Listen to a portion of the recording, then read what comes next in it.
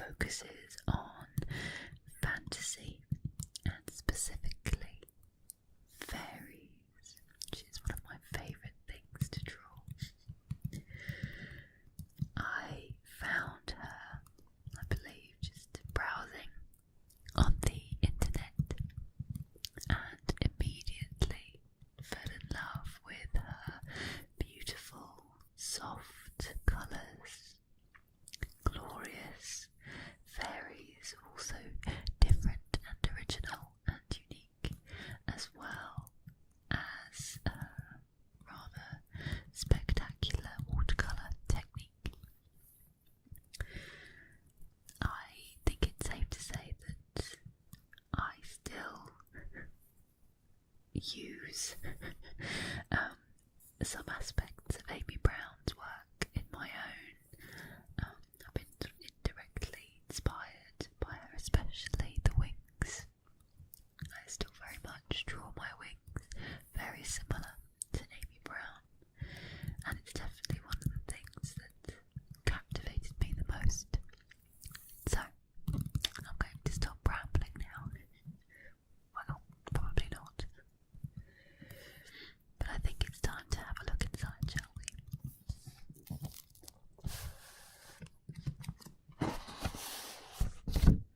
I actually own 2 books by Amy Brown, but this one is my favourite, and I think it has probably the better drawings and paintings in it. But to be honest, even when she's at her worst, she's still quite glorious, and as you can see, a very strong start. Going to zoom in a bit, possibly. Sorry, I've never quite got the hang of my zoom. So, when I was younger, I would go onto her website and I would choose a drawing, a painting, and I would copy it. And I do in fact still own most of them, and I used to be so proud of them. Obviously, looking back now, let's just say I've come quite a long way in terms of my skill, but of course I've still got a lot to learn. But I did used to enjoy just recreating Amy Brown's beautiful drawings, paintings. I keep calling them drawings. Sorry, this is the second time I've recorded this. I'm hoping this one goes a bit better. First time my audio was really quite poor quality. Anyway, so as an artist, being inspired and copying other artists' work is an excellent start to discovering your own style and honing your skills. It's certainly not something that you should be doing a lot. And I have very strong feelings about people who copy other artists' work and make profits on it, for example. But as a stepping stone in finding out who you are as an artist, it's invaluable. And Amy Brown was one of the first ones that I did it with. And I think you can see why I was so captivated by her work. This one in particular was one that I copied. I just loved everything about it, the regalness of the fairy herself, the colours, the gorgeous shapes of the wings. And as you can see from these two, just although similar, they are just so different. Colours and shapes. And her technique as well is so wonderful, because she can do this wonderful, almost chaotic backgrounds of shapeless, but also this very structured painting style, whereas unfortunately my painting style is rather less controlled and a little more scribbly. So I always admire those who can paint in such a precise manner. Oh, this is one of my favourites. It's called The Cloak of Stars. And it's the essence of the movement that she's captured in this beautiful colour of the cloak, with you can see this purple and pinkish tinge. That's one of the wonderful things about her work, is when you really look, you can see all of the different colours. I love her variations from the darkly gothic. She revisits this colour scheme quite often to the bright, cheerful and whimsical.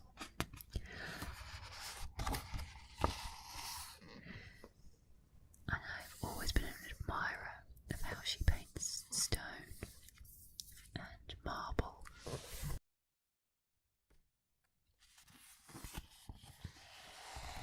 Oh, this is another one of my favourite. I do love how she draws dragons. Their faces are just so full of character. I love the colours on this. The rusts and the yellows work so well with the blues being complementary colours. And I love how she paints ivy. The details are simply mesmerising. This is another one of my favourites. Again, I love its muted colours, its shapes, the wonderful antlered headdress. I love that Amy Brown's really embraced the corset for her designs. A lot of her fairies wear these gorgeous little corsets, and I did start drawing them myself. I'm not particularly brilliant at designing clothes, so I'm afraid most of my ladies are probably naked.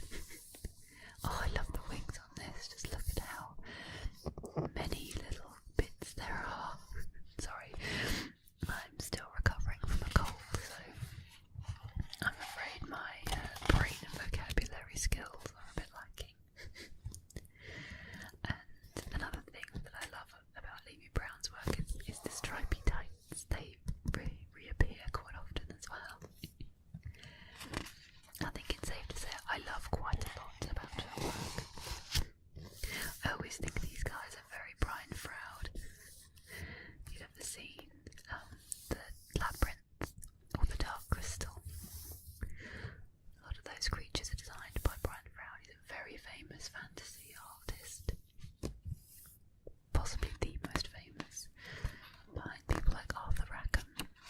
I love that whimsical and charming old-fashioned style, and that's almost what Amy Brown captures in her own work.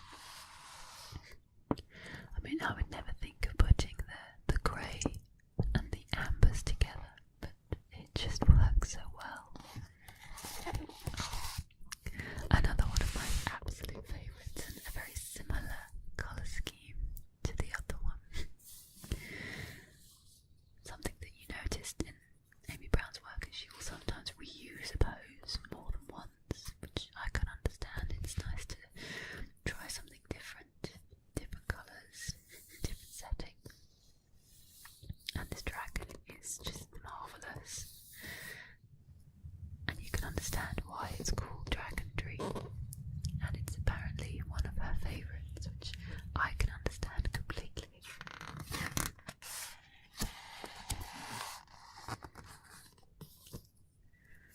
Oh, just look at those wings.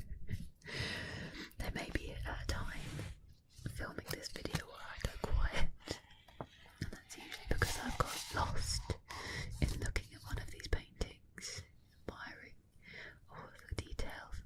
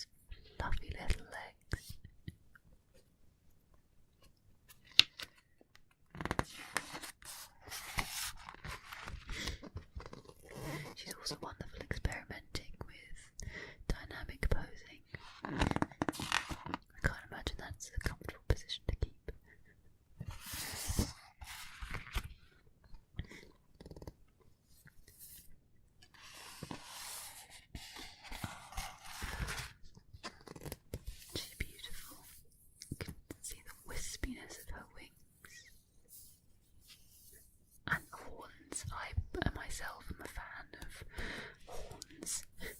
Most of my fairies will be horned. Fire dancer. Oh, this is one of the first ones that I drew. It was drawn in 2001. Oh my goodness. So long ago. And love beautiful anatomy. Something I've only just started to figure out really. Oh, and fire element. I needed to start playing with things like salt, which is how she's created this wonderful fire burst effect.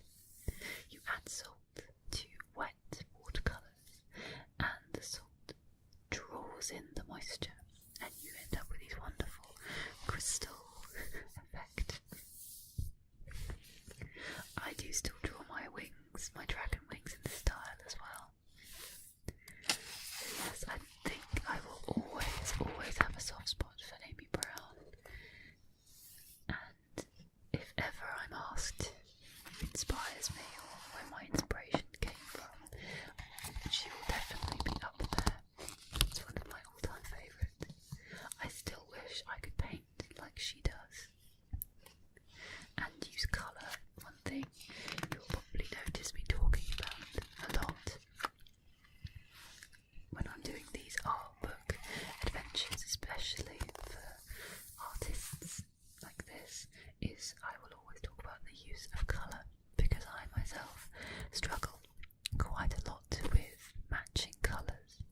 And for example, this one is perfect because you have this rust red and very dark, almost like dried blood, and this wonderful yellowy amber, and then this little touch of lilac, and no part of my brain would ever think that they should go together, but look at that. It's so striking. It makes the wings so vibrant, and the real focus of the painting, and they draw your eyes into the figure in the middle. And there is still much that I need to learn. Unfortunately, I'm not the kind who can learn just by copying others. I have to, unfortunately, just keep making mistakes. I'm sorry, but I adore her wings. I absolutely adore her wings. Look at them. All of the little layers and the tatted edges. I don't think I have seen anyone draw wings like she does.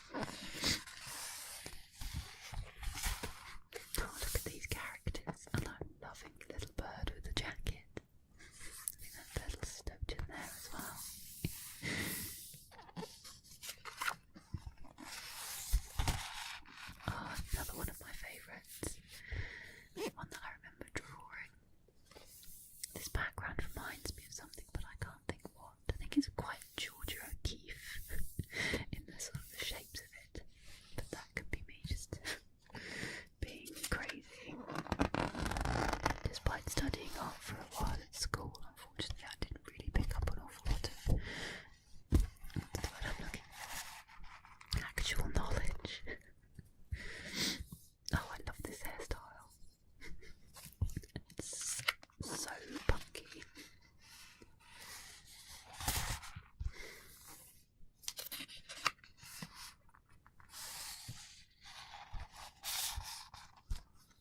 Oh, I am just so jealous of how she can create a background, but also do something like this, which is so much more simple.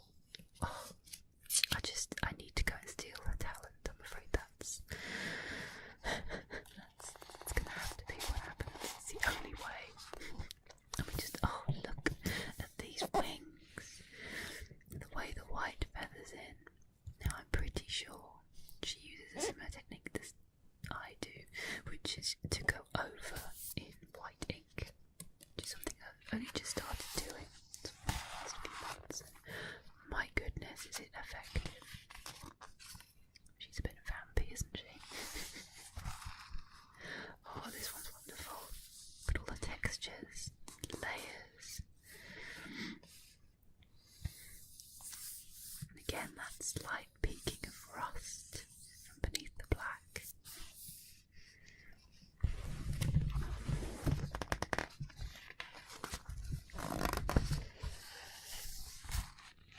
And here is the cover piece called Mystique. I love the hair. Obviously real hair wouldn't do that, but it's the joy of fantasy art. Again, I'm going to keep boring you by saying the same things, but Night Blossom is also one of my favourites. The way she's managed to capture the glow of the moon and the slight glow on the flowers.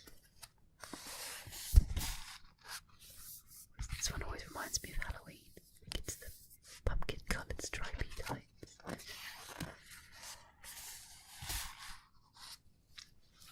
thing with Amy Brown is she's never afraid to experiment, and here is one.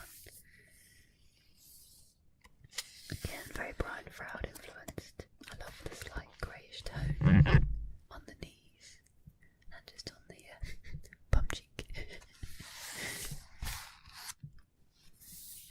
She doesn't draw many men, but then neither do I. Men are boring. She does a lot of humorous illustrations as well, so here's one called The Best. I can imagine the big one annoying, but oh, look at the wings.